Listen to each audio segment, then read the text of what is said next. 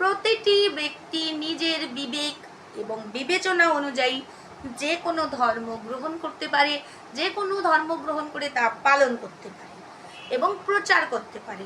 সেক্ষেত্রে তার স্বাধীনতা রয়েছে, তাকে বাধা দেওয়া যাবে না।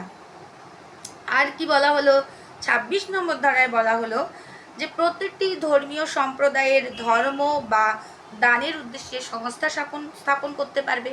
তোমরা জানো প্রত্যেকটি ধর্মীয় স্থানের টাকা পয়সা নেওয়ার জন্য সংস্থা রয়েছে, সেগুলো রক্ষণাবেক্ষণ করতে পারবে, স্থাবর অস্থাবর সমস্ত সম্পত্তি এরা ভোগও করতে পারবে।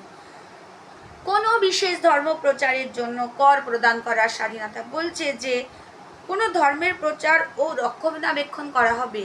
তাহলে অনেক হিন্দু ধর্মের প্রচার রক্ষণাবেক্ষণের জন্য প্রত্যেকে যদি বলা হয় তোমরা টাকা দাও, তোমরা টাকা দাও বা কর দাও, এত % কর দিতে হবে, সেটা করা যাবে না।